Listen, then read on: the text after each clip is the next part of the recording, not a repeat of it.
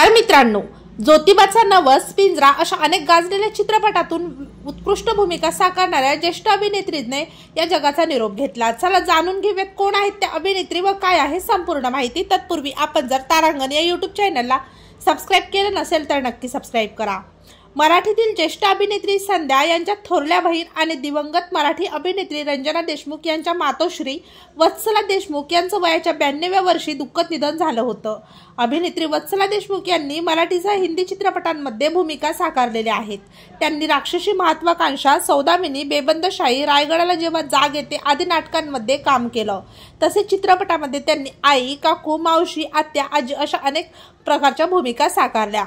तूफान और दिया, नवरंग, जल बिन मछली, नृत्य बिन बिजली, लड़की सह्याद्री की या हिंदी चित्रपटात त्यांनी काम केले। तर बाळा गाऊ कशी अंगाई, पिंजरा, ज्योतिबाचा नवस अशा मराठी चित्रपटांमधून त्यांनी विविध व्यक्तिरेखा साकारल्या।